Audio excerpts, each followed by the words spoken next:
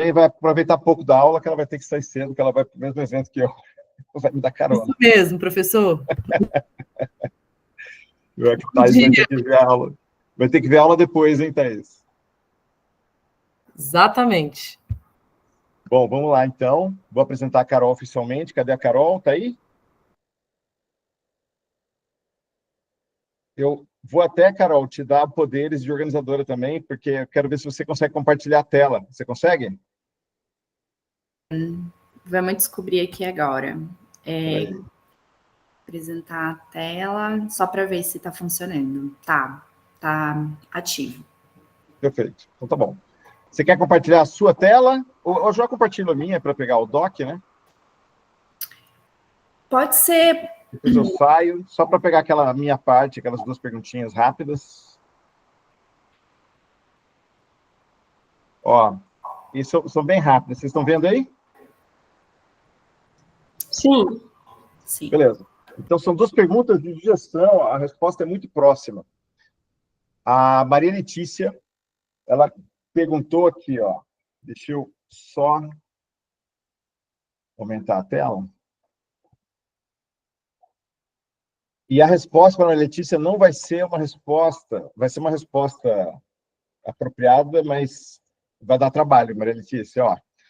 Estou trabalhando com detecção de microplásticos em peixes. Iniciei na área agora no doutorado. Felipe, se você estiver aí, me dá um toque, porque o Felipe ele fez uma coisa parecida com o que eu acho que você vai fazer. Depois você avisa aí que eu acho que você vai ter que participar da resposta. Estou trabalhando com detecção de microplásticos em peixes. Iniciei na área agora no doutorado. A metodologia que estamos utilizando no momento é a de submeter as amostras em hidróxido de potássio para digestão da matéria orgânica. Maravilha. E, após isso, filtrar as amostras para, então, analisar se há microplásticos, Para, então, analisar se há microplásticos, estamos utilizando estereomicroscópio para procurar as partículas. Até aqui, tudo ótimo. Após isso, enviamos o que foi achado para espectrometria Raman. Eu gostaria de saber se você indicaria alguma outra metodologia melhor para a etapa após a digestão, pois eu sinto que a forma que estamos fazendo agora facilita muito a contaminação cruzada e isso me preocupa. Maria Letícia, essa é a preocupação de todos os que trabalham com microplástico. É fundamental, se você não coloca o seu QA, QC, né? Quality Assurance Quality Control, nos papers, dificilmente você aprova. Ou que você não aprova, mas tem que ser uma pergunta científica em que isso realmente não vai te causar um bias, né? E aí, você vai ter que desenvolver isso no seu laboratório. Então, por exemplo, você coloca a amostra em KOH, provavelmente em ambiente fechado. Depois você filtra. Aonde você filtra? Aonde você filtra? Você tem proteção dos microplásticos que estão caindo do cabelo de quem está mexendo, que foi ressuspenso do chão quando você andou.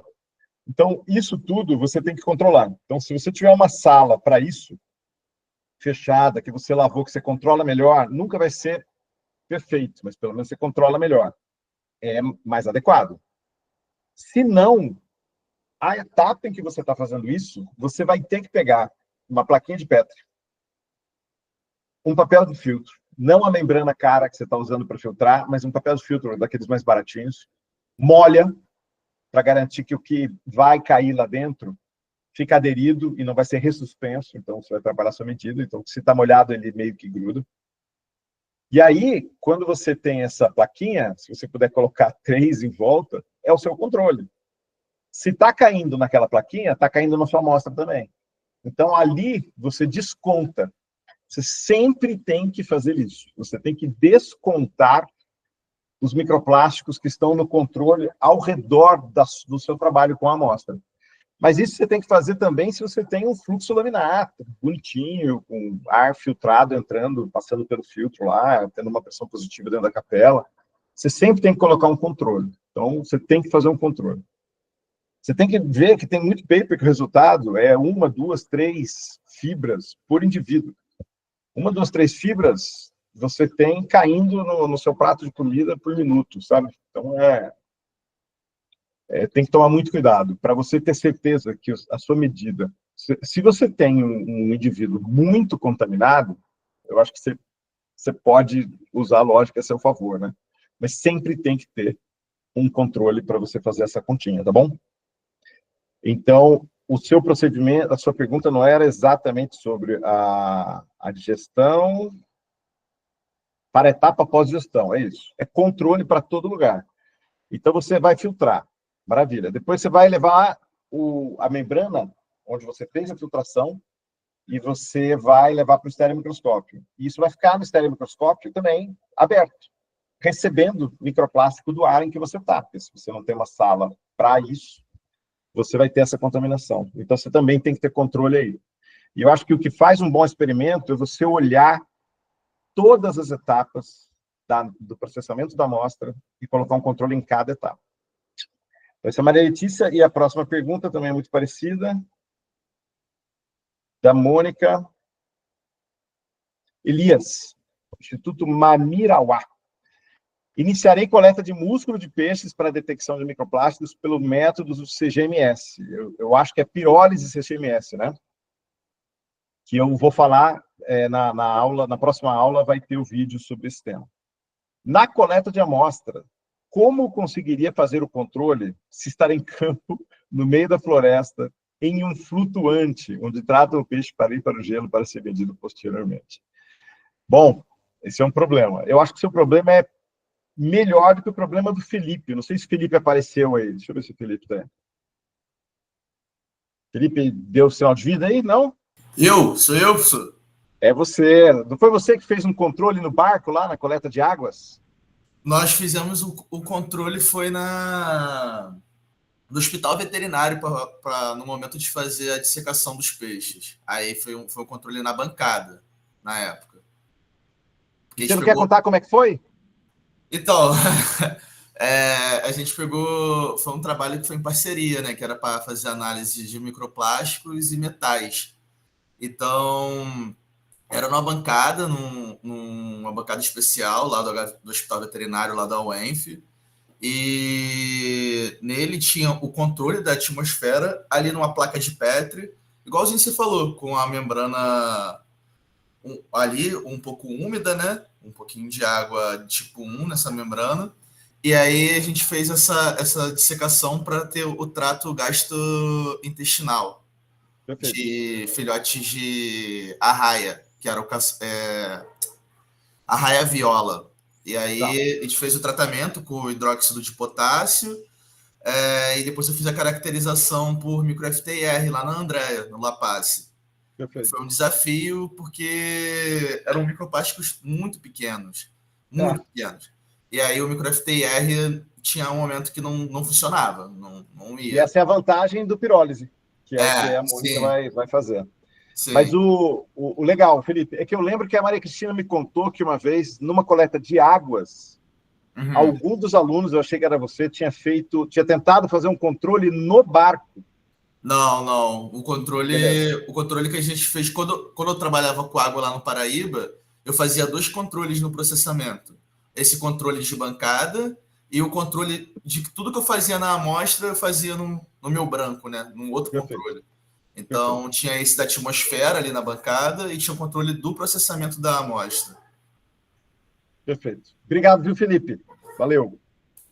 Ó, Mônica, o seu caso é parecido com o do Felipe. Porque, ó, você vai pegar o peixe e aí você vai estar no meio da floresta em um flutuante, mas o microplástico está dentro do peixe.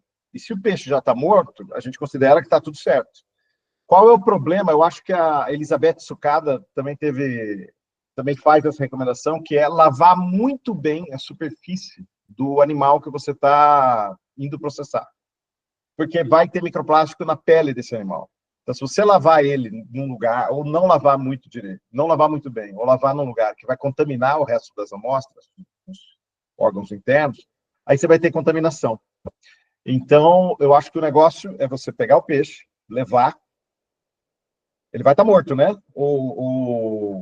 Trata o peixe para ir para o gelo para ser vendido. Então ele vai ter sido pescado já vai estar morto. E aí, você vai ter que levar no laboratório. E no laboratório, você vai ter que tomar esses cuidados todos. Lembrando que o KOH, aproveitando para continuar a resposta da Maria Letícia, né? Maria Letícia. Não. Maria Letícia ou Mestra Letícia? Não sei. E conta aí depois, Letícia. Letícia, o KOH você tem que filtrar também, tá? Com o mesmo rigor, todo mundo. Isso é para todo mundo. Você tem que filtrar álcool, tem que filtrar água para fazer solução, tem que filtrar. Com o mesmo rigor que você vai filtrar as amostras, ou seja, você está buscando microplástico muito pequeno e você tem um microscópio óptico muito bom, você vai filtrar ele na membrana de 0,22 micrômetros para pegar os microplásticos pequenininhos.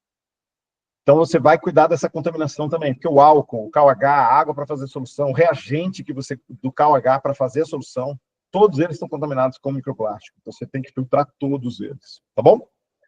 Professor, Oi. a Beth tinha levantado a mão. Fala, Beth. Não, é que aí você já respondeu. Eu levantava a mão, ele já falava o que eu ia falar. Eu levantava a mão, ele já falava o que eu ia falar. Ótimo. Transmitir a pensação. Vamos agora passar para Carol, porque senão eu vou roubar a aula dela. Tem que passar o bastão para Carol. Carol, é com você. A Carol é a coordenadora da Our Blue Hands. A Carol já ministrou um curso na Unesco. Eu conheci a plataforma da Unesco pela Carol. Então, a Carol também tem um curso de impacto ambiental de microplásticos. Ela tem um trabalho, a ONG dela tem um trabalho aqui no Brasil e na África, bastante interessante. Eu aprendi a fazer coleta, aprendi como se faz, porque eu não fiz ainda. Eu preciso ir na praia fazer a coleta. Mas eu aprendi com a Carol, aprendi bastante na disciplina que a Carol deu lá aqui na Unesco. E foi por causa da disciplina com a Carol que eu falei, nossa, essa plataforma é legal, e aí a gente emplacou a plataforma lá na disciplina. Então, deixo vocês com a Carol. Carol, pode complementar a sua apresentação, se eu não falei alguma coisa que você gostaria de contar. Mete bronca aí. Então, bom dia, gente. Obrigada, Walter, pelo convite de participar. Esse é uma segunda edição, assim, desse curso, né? O Walter, na verdade, ele já tem o curso dele na UFSCar, e aí a gente achou por bem juntar alguns tópicos nesse outro curso que ele comentou, incluindo governança e um pouquinho de coleta de microplástico em ilhas da Antártica, e da Antártida, no caso.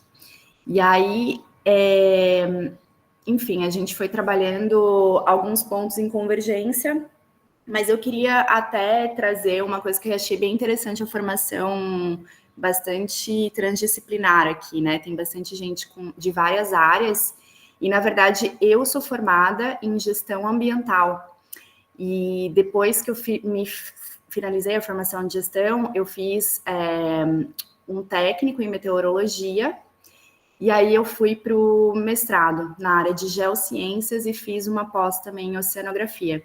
E aí todos, né, toda essa área, essa complementação é que foi me dando essa visão e da questão da poluição. Então eu comecei a ver que não era só um único tema, né? Tem muitos fatores aí que ajudam a gente a trabalhar com a parte da poluição plástica. Então, eu só estou apresentando mesmo porque, enfim, eu sei alguma coisa, entende? Mas vocês também podem complementar e trazer o conhecimento de vocês conforme eu for falando. Eu vou apresentar minha tela aqui. Eu achei bem legal as perguntas, achei que tem, né, bastante sacadas, assim, sobre a questão do monitoramento ambiental. E aí eu fiz uma mini separação aqui das perguntas. Vou colocar em apresentar.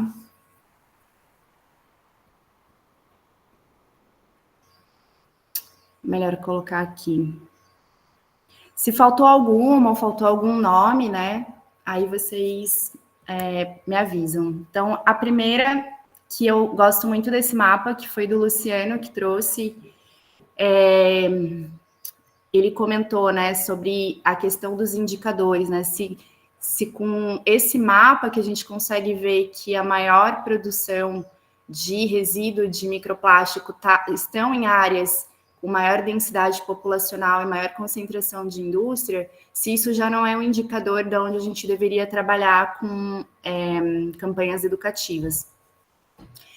E aí eu fiquei pensando sobre isso, de que, de fato, né, eu acho que isso ajuda nós que estamos aqui, né, trabalhando não só em Santa Catarina, mas em outros estados do Brasil, que é um país de dimensão continental, com bastante massa, né, porção terrestre, e ao mesmo tempo um litoral muito extenso, da gente, de fato, definir quais são os elementos que são importantes dentro do nosso monitoramento. Então, quando a gente vai fazer uma visita técnica para definir, ou até mesmo dentro da nossa pesquisa, para a gente definir se aquela é uma área ou não interessante para monitorar microplástico, a gente olhar para esse mapa e entender quais são os elementos que são importantes. E entre eles tem, sim, a produção, né, a parte industrial. Então, a gente percebe nessa região aqui que tem bastante fibra, né? A quantidade de fibra na porção do mar é gigante. Então, isso mostra que é para lá que a gente vai olhar. Então, qual é o setor econômico, qual é a atividade econômica que está mais presente na região, que vai definir, que é a leitura. Eu vou chegar na praia e eu vou encontrar isso. Na verdade, a fibra, ela é bem complexa de encontrar, tanto na areia quanto no mar. Você tem que estar com o olho bem treinado e entender bem da técnica da coleta, inclusive depois do processamento dessa amostra, para você conseguir enxergar. Tem muita gente que acaba colocando esse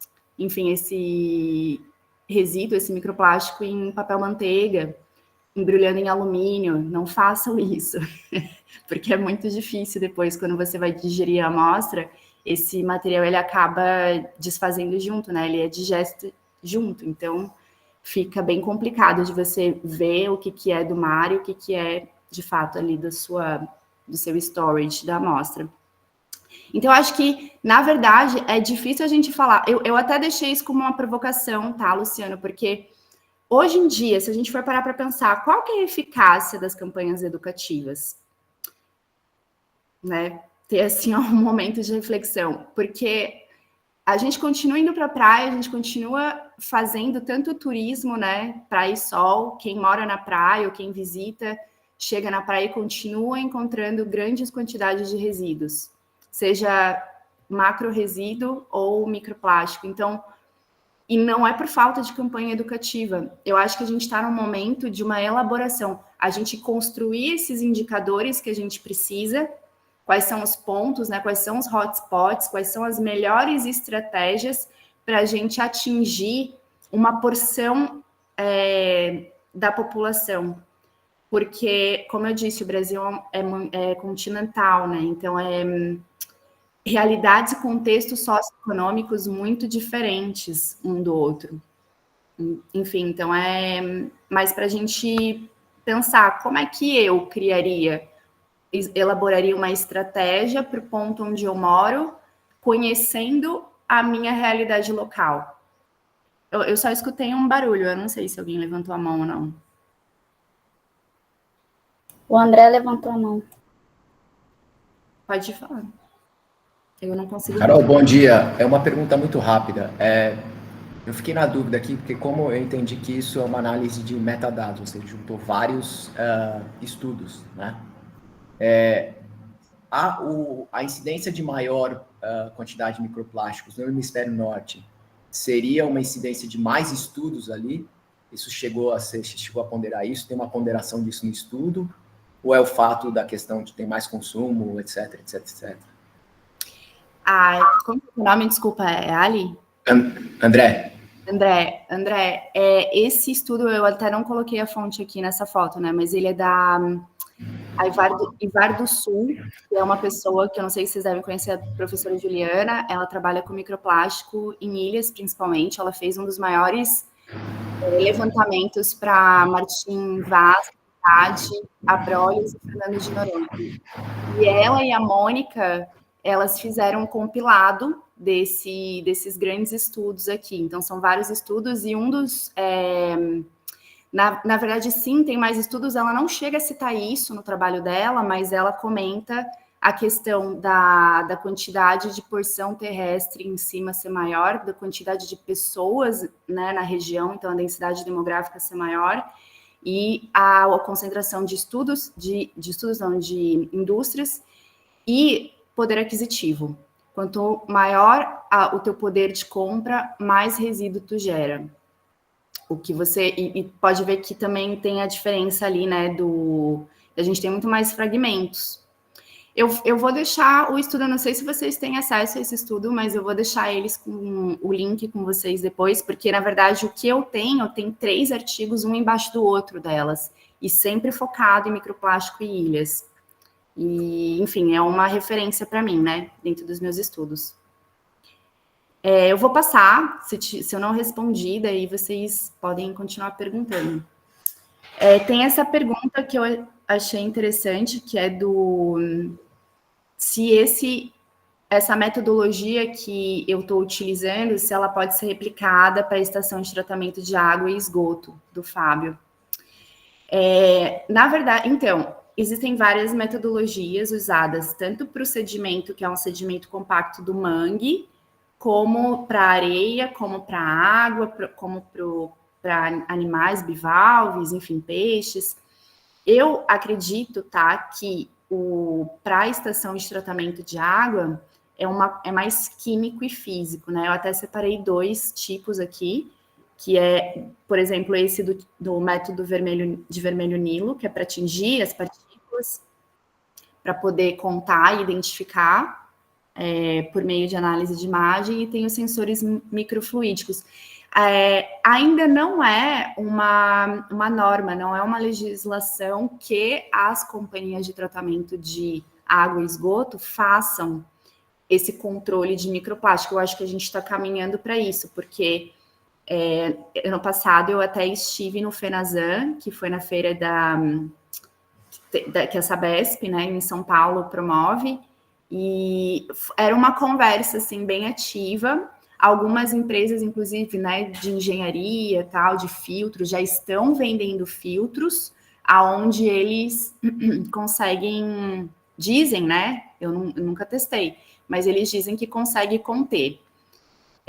De qualquer forma, a malha desse filtro, ela tem que ser muito fechada para você pegar um nanoplástico, porque o grande problema hoje não é que a gente encontra um fragmento de microplástico dentro de nós, a gente encontra nanoplástico, né? Ele tá ali, mas ele tá num tamanho, numa milimetragem muito pequena. É por isso que ele está dentro do nosso corpo, na corrente sanguínea.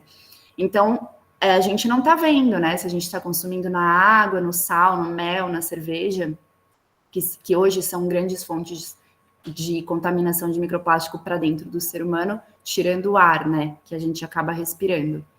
Então, eu acho que nessa tua pergunta, Fábio, vale a pena dar uma olhada para métodos que são mais químicos, da parte química. Mas existe um impacto desse tratamento. A gente já encontrou, e eu até deixei aqui um link, que são como se fosse o carvão ativado, né? Ele é um microbead, onde ele é uma bolinha, assim, ele lembra muito um pellet, e ele é usado para fazer remoção de cloro, né, da água tratada. Então, ele acaba, algumas vezes, tendo escape e indo para o sistema de drenagem, e a gente encontra ele na praia. Uma das praias que a gente encontra aqui em Floripa é o Santinho, porque tem o Costão do Santinho, e eles têm uma estação de tratamento dentro do resort. E, às vezes, né, ali na hidrodinâmica, vai para a água, a maré vem, lava esse resíduo, ele vai para o mar, e a corrente na deriva litorânea acaba acumulando ele no outro canto. Então, a gente encontra o impacto do tratamento em si. E aí a gente tem alguns tipos desse carvão, e um deles é o carvão pelletizado. Vale a pena dar uma olhada nisso. Eu tinha escutado também um barulhinho de novo, se alguém quiser perguntar. Foi eu que tinha levantado a mão, e aí era para fazer uma pergunta um pouco em conjunto com o que tinha aparecido. Eu não tinha conseguido deixar no arquivo, porque eu tive dificuldade de conseguir abrir essa semana. Mas aí eu anotei aqui a pergunta, e aí eu vou juntar com o que você estava falando um pouco agora. A minha pergunta seria como, através da iniciativa, tipo, dessa iniciativa em específico, a gente poderia criar um projeto de política pública para trazer isso para uma educação ambiental dentro das escolas, principalmente numa questão assim, voltada a uma formação de professores e voltada também a um direcionamento, né, desses professores ter o conhecimento para passar para esses jovens, esses estudantes, para aumentar a consciência deles, como isso a gente poderia fazer, obviamente, sabendo a limitação da escola, sabendo que não tem laboratório, às vezes a gente vai estar falando de uma coleta mais visual do que uma coleta de quantificação específica, e juntando com isso, eu queria saber um pouco sobre como essa visão na região costeira pode impactar, tipo assim, na utilização desses tipos de trabalho, tipo, essa questão dos filtros, como isso pode chegar também lá para contribuir, porque às vezes são regiões tão isoladas que elas ficam dependendo somente delas. E aí eu queria saber como que a gente poderia fazer um projeto mais de união dessas iniciativas. Como que é teu nome? Guilherme. Então, até tem uma outra pergunta que eu tinha separado, deixa eu andar um pouquinho aqui para frente, depois eu volto, que fala justamente sobre a questão das escolas em si.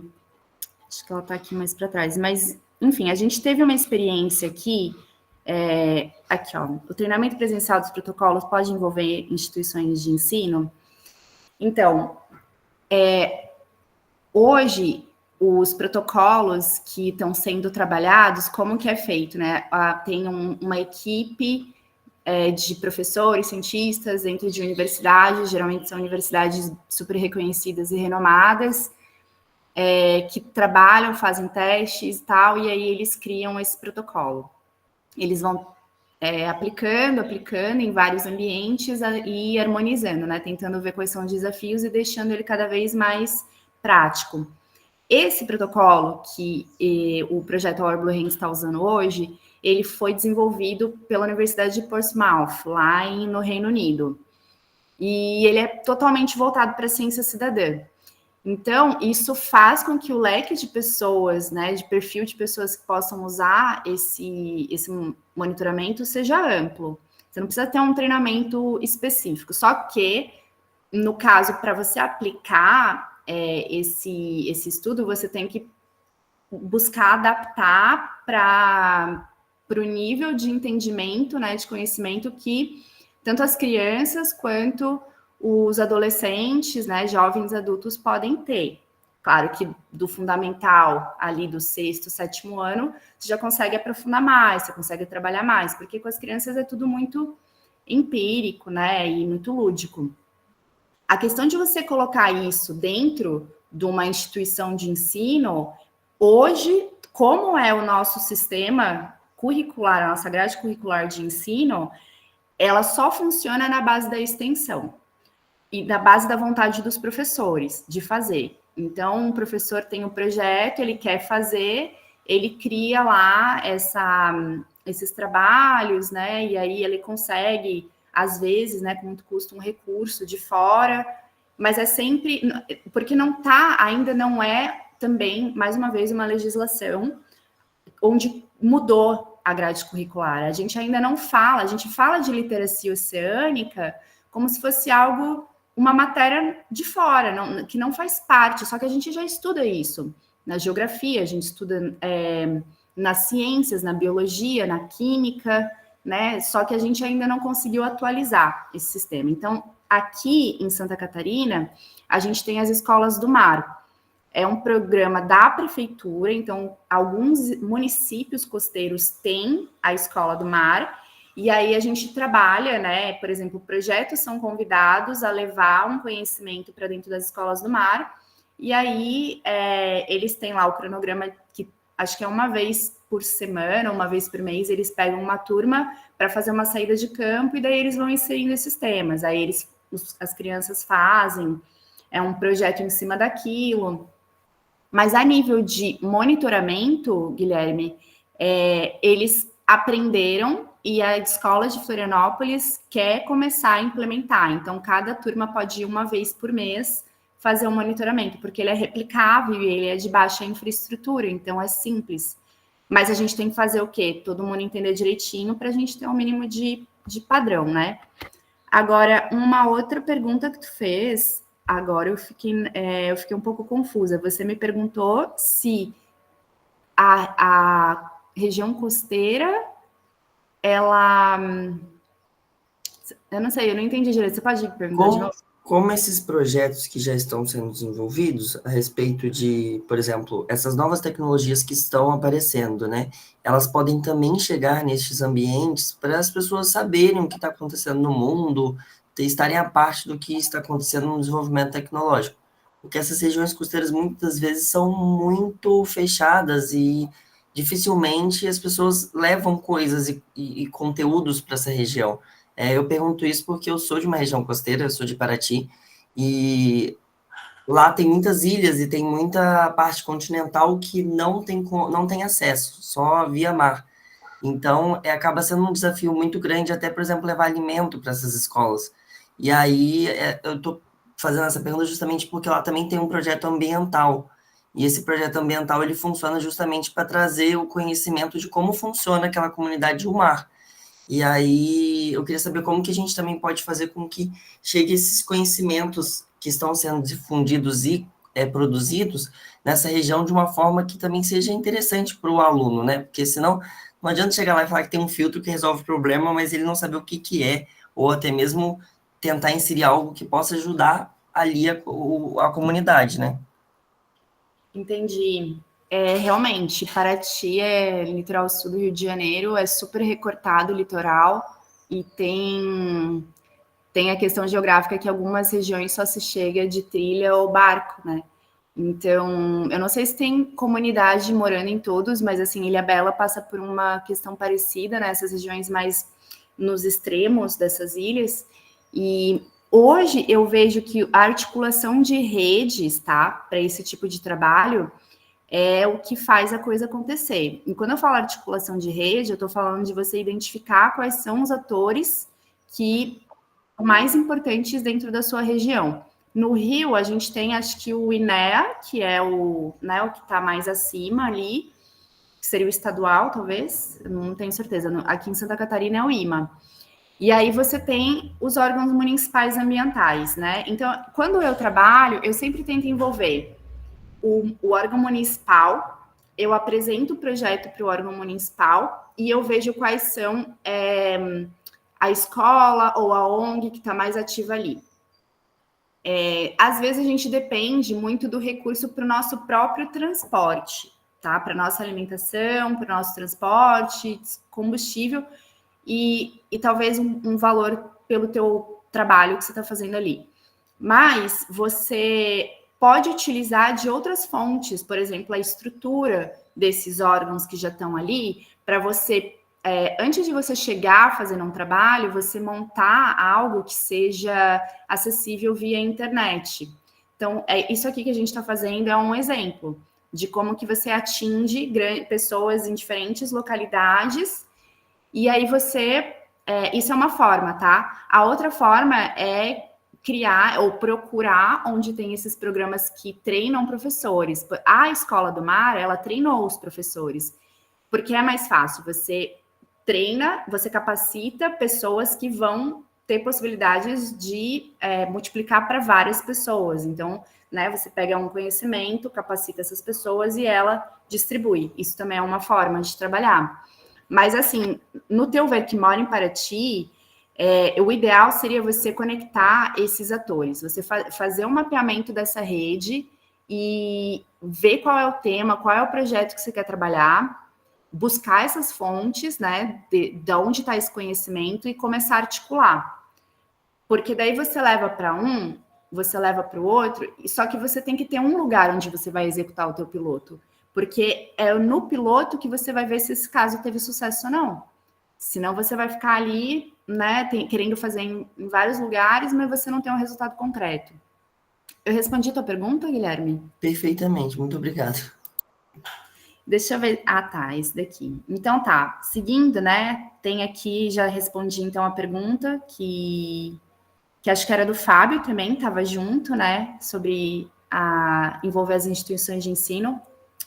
Existem outras redes, talvez em outros lugares, tá? Existem outras organizações que estão trabalhando, talvez não com ciência cidadã, mas a própria universidade é uma fonte, tá? É uma porta, quer dizer, de você levar esse trabalho para escolas e comunidades. Eu acho que tudo é uma forma da gente, primeiro, pensar em qual contexto a gente está inserido, quem são as pessoas que estão ativas na linha de frente, trabalhando com isso. Associação de morador, associação de pescadores, sei lá, na tua região tem um rio, associação de barqueiros, né? A gente sempre envolve a comunidade. Até porque, quando a gente envolve comunidade, a gente tem uma porta mais aberta, um elo de confiança para a gente entrar na comunidade e a gente tem um apelo de conservação muito grande. Então, se no teu projeto você envolve comunidade tradicional, a chance de você conseguir um recurso para o teu projeto é maior hoje, né? O Fábio trouxe também esse infográfico, né, da Oceana. A gente passa um processo muito complicado com informações de ONGs, tá? Mas eu confio muito nos dados da Oceana. Então, por isso até que eu coloquei aqui e, né, divulgar, mas eu vou até trazer abrir um parênteses aqui, que a gente teve uma veiculação de notícias sobre uma das praias do Pântano do Sul recentemente, que me chamou muita atenção da forma como o jornalismo veiculou a informação. Não é que a pesquisa estava errada, tá? Não, mas também não é exatamente aquilo. Então, quando a gente passa os dados para frente, para a gente realmente checar a informação, porque pesquisa, para ser refutada, é muito fácil, sabe? Ainda mais porque se é uma pesquisa que não tem réplica nem tréplica, como é que tu vai dizer qual que é o grau de liberdade entre as tuas amostras para você afirmar que aquilo é o que você está falando, entendeu? Então tem que ter bastante cuidado. Mas, voltando aqui para o infográfico, a Oceana é uma ONG que realmente tem bastante fundamentação no que ela fala, né? E, cara, uma das questões que chamou muita atenção aqui é que aqui, ó, 1 a cada 10 animais que ingeriram plástico morreram. Se 1 em cada 10 animais morreram, quer dizer que os outros estão doentes, né? Que os outros também estão em interação. Não quer dizer que ele não tem ou não teve interação com o plástico. Ele simplesmente não morreu. E a gente vê muito isso porque quando a gente faz a pesquisa do microplástico, a gente faz... na minha pergunta, na minha pesquisa, eu quero ver na linha mais recente da maré. Eu até posso ver na linha média da praia, mas eu quero ver o que o mar trouxe. E quando eu chego cedo na praia, é justamente o que a gente vê, a ave fauna se alimentando do que está na linha recente da maré. Então, é muito chocante, assim, né, quando a gente vê esses dados. Pode falar quem levantou a mão, que eu não estou vendo. Não, fui eu, Carol. Eu até sou voluntário da Sea Shepherd e até divulguei o estudo aqui. Obrigada. Eu queria entender como é que... o que você viu de errado ali. Eu sei que a imprensa às vezes chama por pega um fato para poder colocar, né, um headline, mas enfim, até para de repente colocar em contato e a gente poder esclarecer alguma questão também. Acho bem legal que tem alguém, porque assim, o que aconteceu? Houve cancelamento de reservas. É um lugar super tradicional e turístico daqui de Santa Catarina, né? A Praia do Pântano do Sul, quem conhece. É tradicional na pesca e, enfim, é um bairro super antigo, né? Uma freguesia. E aí foi veiculada a informação de que era a praia mais suja de Santa Catarina. E, na verdade... a praia onde foi mais encontrado maior quantidade de microplásticos, né?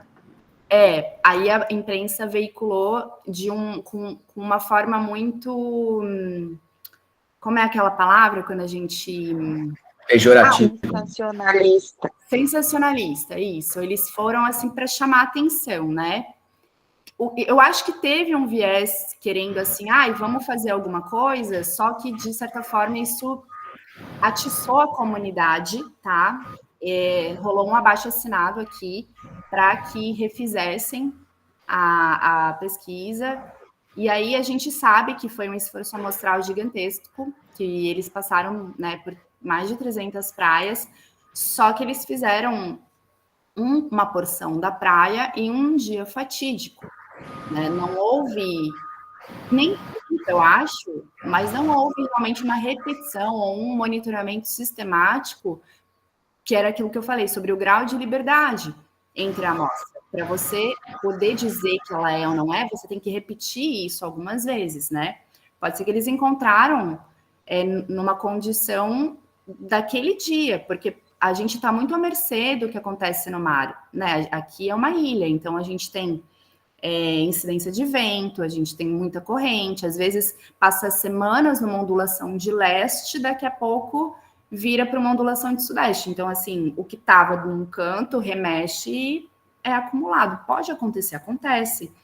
Mas eu acho que faltou uma explicação melhor para a comunidade, sabe? É aquilo que eu estava falando. A gente não chega na comunidade e diz como tem que fazer. A gente convida a comunidade a participar, a gente mostra o que a gente está fazendo, e depois a gente escuta o que eles têm a dizer, e depois a gente fala, a gente sugere.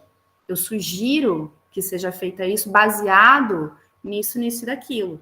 É a forma como eu trabalho, eu vejo algumas outras pessoas trabalharem, às vezes eu tenho dificuldade.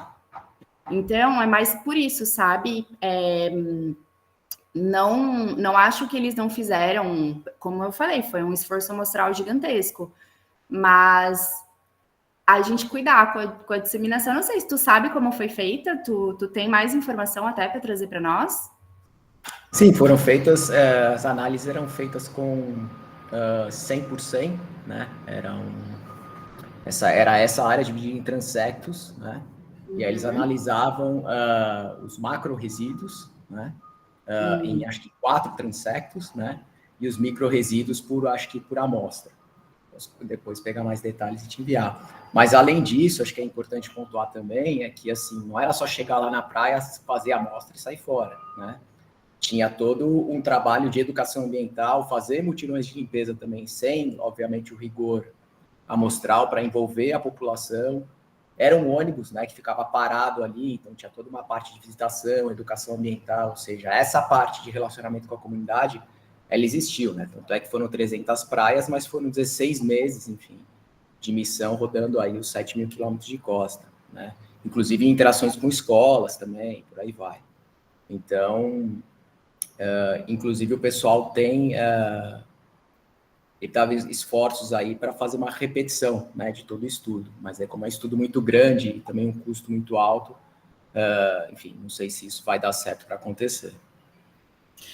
Sim, entendi. Realmente, eu acho que a divulgação do projeto, às vezes, é isso, às vezes acontece uma coisa do nosso lado que a gente não fica sabendo, né? Então, muita gente não entrou em contato, e assim, não tem como esperar realmente que porque o pessoal não vai atrás de saber. É mesmo quem está mais envolvido, né? Essa bolha nossa que a gente chama, que é geralmente quem sempre está participando e sempre está junto. Mas, de certa forma, desculpa, como que é o teu nome? André, desculpa, né? Esqueci.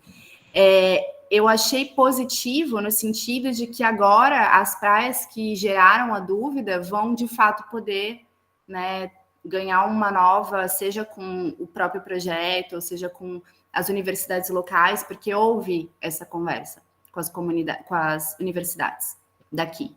Então, eu acho que vai ter uma repetição para essas praias que geraram dúvidas. O que é bom, né, Carol, no final das contas, porque acho que se é uma praia turística, provavelmente realmente tem essa questão, né, do resíduo. Mas, enfim, para a gente não tomar muito tempo aqui da aula, fica o canal aberto aí depois, se você quiser entrar em contato e eu te colocar com as pessoas que gerenciaram o estudo. Legal, deixa no chat depois, por favor, que daí eu também vou deixar uns links no chat, que agora eu não consigo ver. Obrigada tava querendo saber, inclusive. Valeu. Aqui também tem uma pergunta bem legal, no sentido, eu não coloquei quem que fez a pergunta, se a pessoa estiver aí, daí me fala, que se fosse aplicado, né? Essa pessoa fala que ela mora numa região do Amazonas, se não me engano, e que lá tem muito essa diferença, né, entre a estação da cheia e a estação da seca, né, e qual que seria o melhor momento, né, se fosse aplicado um projeto ali. Quando eu estava fazendo mestrado, eu aprendi nessa questão da gente, quando a gente está formulando a nossa pesquisa, né, o nosso desenho amostral, que a gente sempre tem que realmente fazer essa diferenciação entre os cenários. Principalmente, e a gente teve essa mesma situação em Cabo Verde, porque Cabo Verde, né, está no hemisfério norte, no mais próximo do Atlântico Norte, né, não está nem tanto no central, mas para o norte mesmo.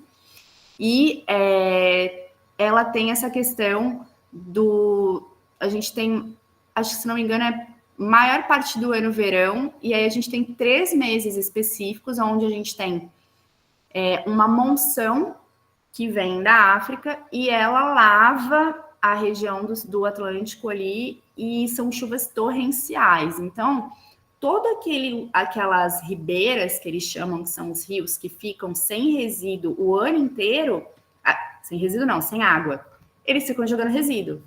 Aí eles vão, porque é cultural deles, né? A casa deles não são viradas de frente para o mar, como a gente está acostumado. Eles colocam a casa, as costas da casa que é virado para o oceano. E aí é como se fosse o quintal. Então, é muito cultural.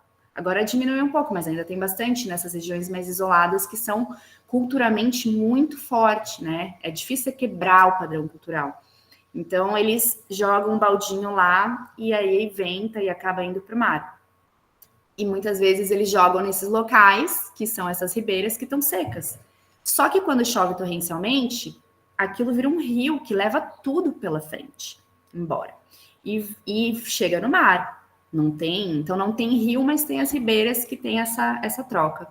Eu acho bem interessante, a gente tinha praias que quando a gente fez a coleta lá, chamada Tarrafal, que é no norte da Ilha de Santiago, nunca tinha microplástico. A galera nem queria ir porque era longe, tinha que ficar 1 hora e chegava lá não tinha microplástico. Aí eu tinha que bater na mesma tecla e falar assim, é um indicador. A gente não pode deixar de fazer porque a gente não está encontrando. A gente tem que ir porque se em algum momento essa situação mudar, a gente vai ter que correlacionar com o que aconteceu antes e depois. E quando a gente aplica na cheia ou na seca o monitoramento, né, a gente faz a pesquisa, a gente começa a entender qual que é o padrão ambiental, né, que rege essa variação sazonal de acúmulo de resíduos. Hoje é uma das perguntas que a gente quer responder. Qual é o indicador ambiental que mais interfere na acumulação de resíduo? Seja no Amazonas, seja no mangue, seja na praia, né? Porque a gente tem uma noção, a gente sabe que tem fatores que interferem, mas naquele ponto específico, para eu aplicar uma política pública de manejo, de controle, eu preciso responder essas perguntas.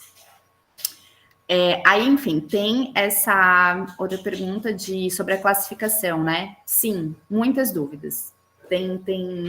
Principalmente quando a gente não está com o olho treinado, a gente confunde, varia muito a granulometria da areia, né? Então, tem praias que tem uma granulometria maior, então o grão de areia o pellet imita o grão de areia, que ele parece mesmo, você fica na dúvida se é ou não. E aí a gente tem algumas técnicas, né, ali em campo, porque, mais uma vez lembrando, a gente está falando de ciência cidadã, eu não posso pedir demais para quem está lá de forma voluntária para fazer. Uma coisa é o estagiário estar sendo pago para fazer isso, outra coisa é um voluntário que acordou de manhã e foi para a praia. Então, a gente tenta, né, colocar métodos que sejam de fácil acesso. Então, um deles é a gente ver se fazer uma solução, pode ser de NaCl mesmo, ou com a própria água do mar, e aí a gente joga ali o que a gente está com dúvida e a gente vê se vai afundar ou se vai flutuar. Geralmente, ele flutua, o que é plástico, ele flutua, principalmente se for pellet, né? por conta da densidade. Mas tem uma questão, conforme ele vai perdendo as propriedades, o plástico vai perdendo as propriedades dele, por conta das intempéries físicas e químicas, ele vai afundando mais rápido, ou ele vai ficando, né, no sistema pelágico. Às vezes ele está flutuando, então ele tem um tempo dessa flutuação, né? Daqui a pouco ele já tomou raio UV, enfim, aí ele começa a perder as propriedades, ele começa a ficar ali até que ele, na coluna d'água até que ele afunda. Então, o ideal é sempre que a gente tenha algumas ferramentas, algumas parcerias com universidades, onde a gente pega nem que seja 30% dessas amostras e manda para a universidade para a gente passar ela no infravermelho, para a gente fazer um teste mais assim, padrão, né? Ah, eu vou fazer um artigo, eu quero publicar esses dados, então é teste dentro, né, de sistema controlado, fechado, para a gente realmente afirmar o que a gente está falando. Mas, de modo geral, Ana Lúcia, a gente busca bem o visual qualitativo, a gente perde um pouco de tempo, vamos dizer assim, para realmente entender o que é. Se passa luz, se não passa, se ele é rígido, se ele não é, se ele é massa, se ele não é. Porque, enfim, a gente tem muitas variáveis, inclusive o plástico filme, né? Ele confunde muito às vezes, né? Então, realmente é um desafio, tá? É um desafio e é um estudo que tanto projetos como a Orblo Hands como outros projetos passam na hora de ensinar a pessoa a fazer a triagem. Porque quando a pessoa tem um conhecimento técnico, facilita. Mas quando ela não tem, você tem que fazer assim, ó, fazer minuciosa a tua linguagem, que ela nem seja tão científica e também não consiga alcançar o ouvido daquela pessoa, né, o entendimento daquela pessoa. Pode falar, eu vou até tirar, eu quero mostrar um negócio. Oi, Carol, foi eu que levantei a mão aqui, a Gláucia. A Elizabeth fez um comentário bem legal aqui, ela falou que ela usa aquele teste da agulha, né, que você esquenta a agulha, toca, e aí, se for de um plástico, derrete, né, geralmente a matéria orgânica não. Ah, que interessante, esse daí eu não fiz, nunca fiz. Legal esse. Realmente, E tem as conchas, né? Eu falei do grão de areia, mas as conchas também são muito... Vocês estão conseguindo ver minha tela? Sim, sim. Legal, eu vou até anotar esse, Elizabeth, porque eu não...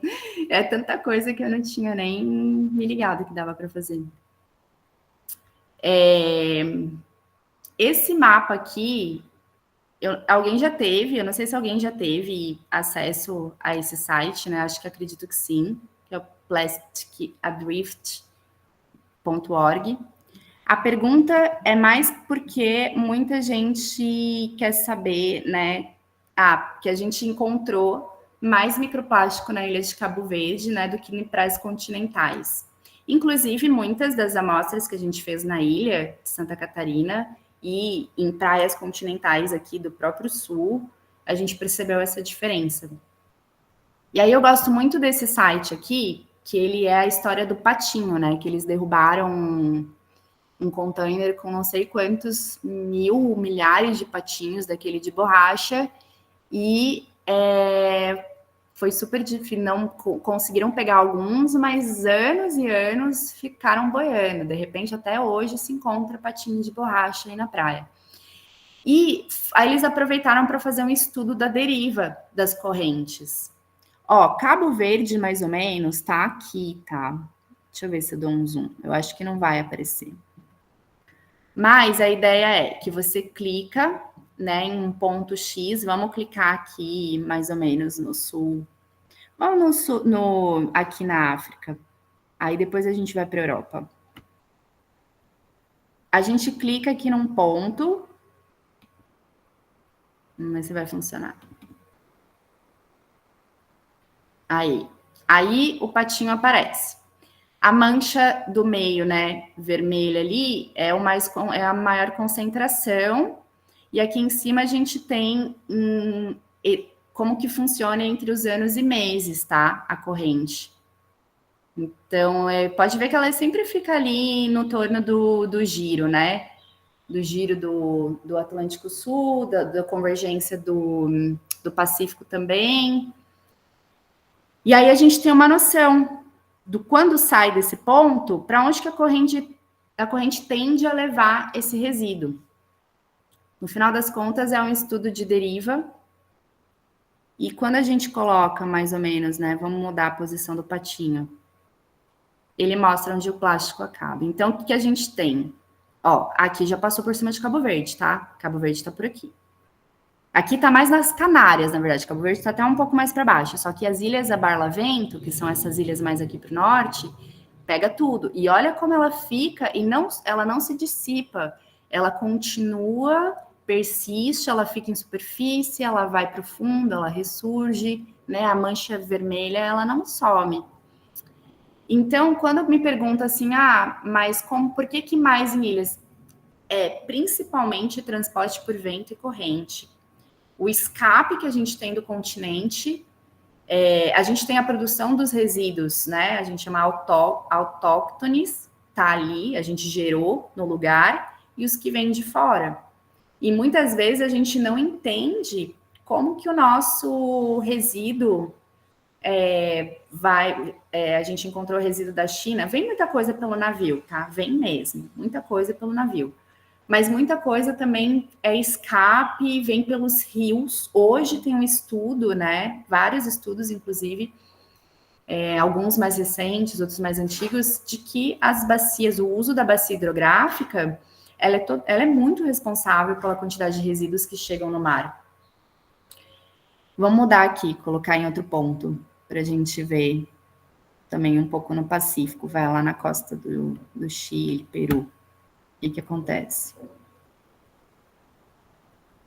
Então, ela tende a subir e fica ali no giro, né, na zona de convergência, e ela se espalha depois. Então, basicamente, as ilhas são laboratórios vivos, assim, numa escala menor, tanto de tempo quanto de área, onde a gente observa mais rápido o que acontece se a gente estivesse falando, né, de um país com outros fatores e com o plus de que é uma área geográfica, às vezes, isolada, né, de difícil acesso. Então, assim, uma das ilhas mais sujas aqui de Cabo Verde, com mais resíduo, Santa Luzia, é a ilha que não é habitada. É a ilha que, inclusive, é um repouso, né, para aves migratórias e espécies migratórias. E se você não for lá a cada 2 meses, aquilo ali vira, assim, um mar de plástico. Pode falar. Vou deixar esse link no chat aqui, a gente pode ver. Bom dia, obrigada, Carolina, pelas contribuições. Eu só ia acrescentar que o pessoal do oceano faz um rastreamento lagrangiano para determinar por simulação como que as partículas vão na época de chuva e de seca, né, em períodos não chuvosos.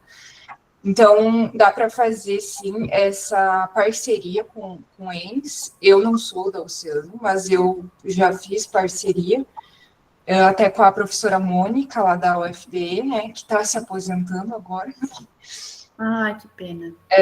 Mas ela tem os alunos que estão bem ativos, a Bruna, não sei se tu conhece, ela está na Alemanha agora, mas ela está ativa, assim, ela está fazendo as coisas.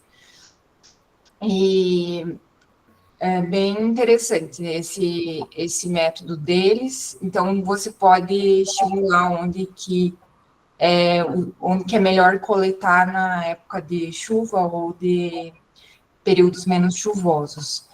E só uma curiosidade, né? Eu trabalho com redes de pesca. Inicialmente, eu achava que as redes de pesca eram feitas da linha de pesca, né? Mas não. A rede de pesca é de polietileno e a linha é de poliamida, né, que é o nylon. E o nylon, ele afunda, mas a as redes de polietileno, elas boiam. Então, tem essa questão. Obviamente, tem que considerar esses fatores que tu comentaste, Carolina, sobre os biofilmes e também a questão de contaminantes, da degradação, né, que ela vai afundar. Mas eu não sei por que eles fazem as redes de pesca de polietileno, talvez, porque ela resiste mais, não sei, que o nylon, não sei. Eu acho que tem a ver com a interação dos materiais mesmo, porque o nylon, quando ele foi inventado, ele foi justamente para ganhar resistência, né? Porque eles estavam à procura de um material que fosse resistente para roupa, para redes, eu acho que, se a história não me engano, era por conta da guerra, inclusive, né? Que eles... Daí eu não entendo por que eles não fizeram as redes de nylon também, sabe? Porque eu comecei todo o meu estudo pesquisando só pela poliamida, só pelo nylon, e aí depois que eu já tinha feito algumas coisas, aí eu descobri, eu fiz difração de raio-x e eu vi que as redes são de polietileno, só algumas partes dela ali são de nylon, mas é pouca coisa, quase tudo é polietileno mesmo. Mas me diz uma coisa, quando tu fala que ela é metade, você disse que tem alguma parte específica da rede que é de polietileno, ou as fibras se misturam entre dois materiais? Não, porque a rede é como se fosse uma corda, né? É como se fosse as redes que eles colocam em alto mar, lá para pegar cardume, coisa grande. Uhum. Ela é como se fossem cordas que daí eles fazem aquele trabalho, né, de quadriculado, assim. E daí eu lembro que uma parte, assim, na borda só, onde segura a rede, é que tinha nylon junto, trançado com o polietileno. Mas a maioria é só o polietileno mesmo. A gente pode até conversar, a gente tem algumas pesqueiras industriais na região, né? Mas porque realmente eu não sabia dessa informação. Mas... eu sei dessa informação porque daí o grupo da Bruna e da professora Mônica, eles fizeram a coleta, daí eu analisei a coleta. Não fui comprar a rede pronta, né? Eu olhei a coleta e é essa a realidade. Eu acredito que pode ser uma questão ou do custo do material. Porque é uma coisa grande, né? E aí a mistura dos dois, porque os dois são resistentes, né? Só que um boia mais do que o outro. Mas os dois duram igual. E eu acho que pode ser uma questão do material, de baratear esse material, mas também pode ter alguma resposta mais por conta da eficiência, da eficácia, né, no caso dessa rede. Mas eu vou buscar saber. Até é interessante, porque quando a gente faz essas parcerias, por exemplo, com o professor Walter, a gente envia amostras do que a gente coleta nas praias para entender que tipo de plástico a gente mais está encontrando, né? Uhum. E aí, no ano passado, do piloto que a gente fez, a gente encontrou 90% polipropileno, e Santa Catarina não é um estado produtor, né? Ele é um estado transformador. Uhum. E então, assim, já é um grande indicativo de onde a gente tem que olhar, né? Nas indústrias que trabalham com isso, que justamente foi a região onde a gente mais encontrou, era onde tinha mais indústrias, só que elas negam até o final. Então, com certeza. Como que é o nome? É Grace. Grace. Eu deixei até meu e-mail aqui no chat. Se ficar salvo o chat, eu vou dar uma olhada no chat, depois eu vou mandar. Eu sou da UFSCar mesmo, mas eu já passei por um monte de universidade, daí eu tenho parceria com um monte de gente. Sim, tu conhece a Bruna, né? A Bruna é daqui, a Bruna é da UFSC, na verdade. Ela é daí, né? Ela fez o mestrado, eu acho, dela em Santa Catarina, né? E vale a pena. A Bruna é uma ótima profissional, ótima mesmo. Uhum. Então, obrigada, Grace, pela contribuição, viu? Bem importante. Obrigada, eu estou aberta também a fazer colaborações, apesar da minha área ser física, mas eu gosto bastante da interdisciplinaridade.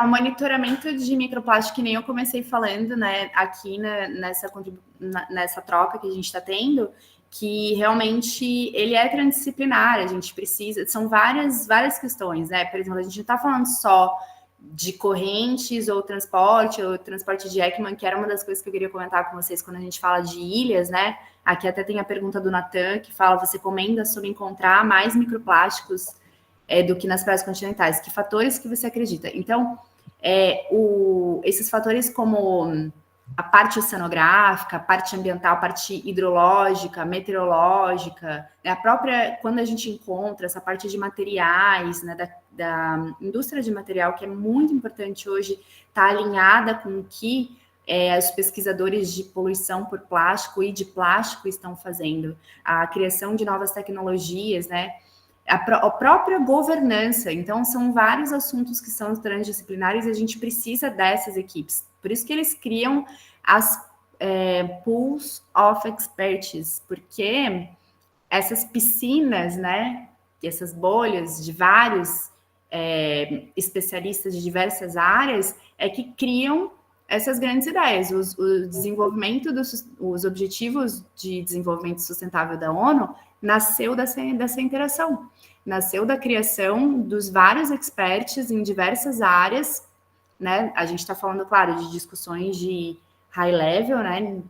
Nível super elevados, pessoas que são sêniores, estão trabalhando há anos nessa área, mas estão abrindo, né, oportunidades também para pessoas jovens e, assim, os anos novos, né, cientistas de novos anos, assim, eu esqueci como é que fala isso, é early career, mas vocês entenderam o que é, abrindo essas vagas para que também a gente tenha essa troca intergeracional.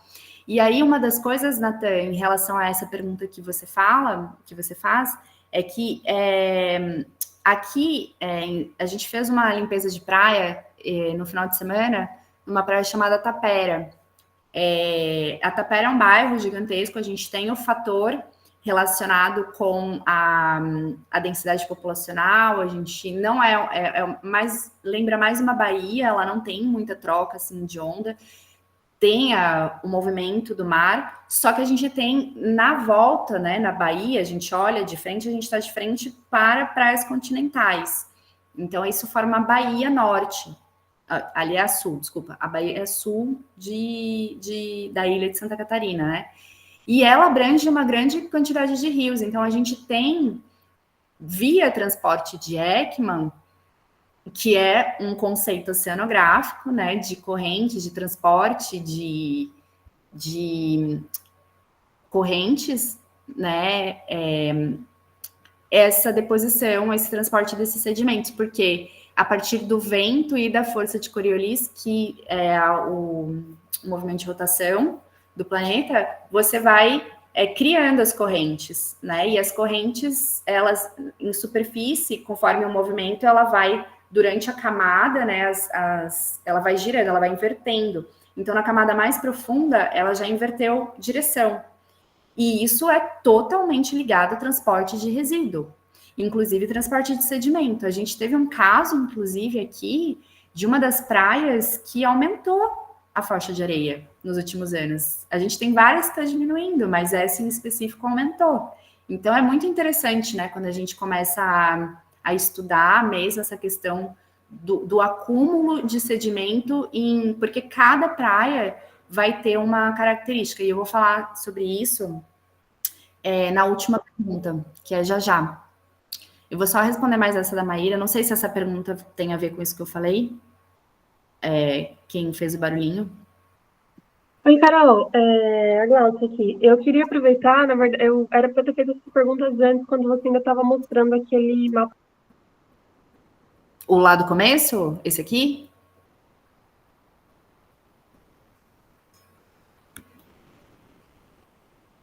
Oi? Tinha duas perguntas do chat relacionadas àquele a plataforma que você mostrou do Plastic e Adrift. E aí, posso aproveitar para fazer agora? Claro. Estamos com tempo. A primeira pergunta é da Aline. Ela falou assim, Carolina, uma dúvida. Podemos também considerar que esses microplásticos se concentram em águas mais quentes ou não há relação com a temperatura da água? A relação. Inclusive, eu li um artigo muito interessante, eu tenho que achar para compartilhar com vocês, porque eu fiquei impressionada com a resposta do artigo, que diz assim, principalmente, o artigo era mais voltado para plástico filme, tá? E para alimentos, alimentação, padrão de alimentação de cetáceos e quantidade de microplástico na coluna d'água.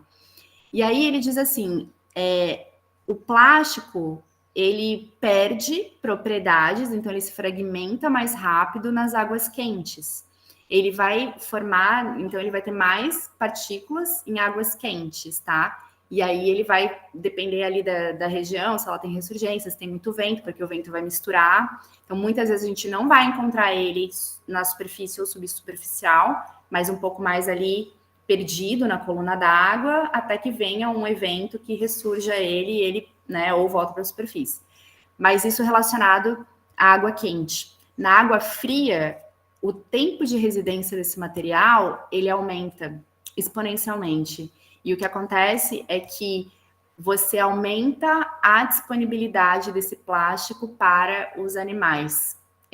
Então, pensa numa baleia que a franca, né, principalmente, ou outras que têm esse sistema de filtração, os próprios filtradores, né, ostras que filtram 25 litros de água, pensa criações de ostras filtrando esse volume de água, passando essa quantidade de plástico para dentro. Por isso que a gente não sabe o impacto na fauna, na biodiversidade marinha, justamente por causa que agora que a gente está começando a ver, com tempos e tempos de pesquisa, de que a água fria, a persistência desse material é maior. Então, ele reside mais tempo no ambiente, ele demora mais para fragmentar. Então, se a gente falar assim, um plástico dura de 500 anos, talvez ele dure 1000. Então, pensa do quanto que a gente já colocou de plástico desde que, né, ele foi inventado, que ainda está no oceano. Eu vou passar esse artigo para vocês, eu até salvei ele no computador, porque fala justamente sobre isso. Obrigada, Carol. E uma outra dúvida do professor Crisanto. Quando você tinha colocado o patinho ali próximo, se eu não me engano, de São Tomé... Não, Cabo Verde, se eu não me engano. Deu para ver que a dúvida dele foi... Deu para ver que parece que tem as Antilhas ali na América Central, elas funcionam como uma barreira, né? Aí ele ficou na dúvida, se eu não me engano, porque como eu caí, eu não tenho a pergunta anotada aqui, mas pelo que eu me recordo, se as Antilhas funcionam como uma barreira para esses plásticos chegarem no Mar do Caribe. Se você sabe alguma coisa sobre isso, se já tem algum estudo. Então, o professor Crisanto, né? Isso. A gente, aqui na região de Cabo Verde, a gente tem principalmente duas correntes que influenciam mais na distribuição desse resíduo que vem da Europa e o que vem dessa parte aqui da costa oeste da África. A que vem aqui da Europa, ela vai pegar toda a região do Barlavento, que são as ilhas para cima. Essa é a corrente das Canárias. A corrente da Canária, ela faz assim, ela desce, aí quando ela chega aqui na região das ilhas, ela bifurca. E aí ela vai passar por cima das ilhas, né, da Barlavento, só que vai chegar uma hora aqui que ela vai fazer uma volta, e ela volta de sudeste. Então, as praias das ilhas, tá, de Cabo Verde, que tem influência da Canárias, até nessa região onde ela bifurcou, porque a gente já vai falar do Caribe, mas ela bifurca aqui, ela volta aqui para o sudoeste, nessa costa mais sul das ilhas, que são, infelizmente, áreas muito difíceis de acessar, mas são praias com muito resíduo. Aí, o que acontece? Aqui no Atlântico, tem uma região, tem dois momentos aqui para quem navega, né? Por isso que tem até aquela região que para, né, o vento. Então, como que os navegadores portugueses já haviam descoberto isso, né? Por isso que eles tentaram ali começar as expedições. Eles são um dos melhores navegadores, né? Mas eles sabiam que tinha uma região do Atlântico onde o vento praticamente cessava, então eles podiam ficar por dias ali à deriva. Se ele sai, se ele tá numa rota aqui, que ela tem uma certa velocidade de direção, aí de repente ele, por algum motivo, sai da rota e vai parar nessa região, que ele fica parado, sem vento, ele tem que esperar entrar um sistema. Naquela época eram velas, né? Hoje em dia tem motor. Então, pensa, ficavam às vezes meses, né? Ou, sei lá, semanas, né? Parado ali. Aí, tem uma outra parte dessa corrente que continua e que vai bater sim no Caribe. Então, muito do que vem aqui dessa região da Europa vai ser encontrado aqui no Caribe, nessas ilhas. O Caribe atua como uma barreira para esses resíduos e hoje, se vocês forem ver a quantidade de projeto que existe em América Central e Caribe para mitigação de poluição por plástico, é um dos maiores recursos que eu vejo a nível de América. Economia circular, principalmente, eles têm muitos projetos para que pessoas cheguem com ideias sobre o que fazer com esses resíduos, porque eles recebem, inclusive, imigrantes que estão tentando fugir, né, seja de qual seja a situação deles aqui nessa região, norte da África, que pegam a corrente errada, vão parar no Caribe. Então, essa é mais uma comprovação do que acontece aqui, tem total influência do que está chegando lá no Caribe. Acho que deu para dar uma... Claro que essa explicação, tá, de corrente foi uma explicação bem por cima, mas existe toda uma fundamentação de como que funciona essas correntes aqui dessa região, tá, do Atlântico Norte. Aí tem aqui vendo a Equatorial Sul aqui, Equatorial Norte, né, no caso, porque ela está subindo. Então, também traz resíduo, tá, do sul aqui, do oeste. Do sul da África não chega tanto, tá? Ele fica mais aqui para nós, pro Nordeste, inclusive. Mas daqui, do Oeste, acaba influenciando, sim.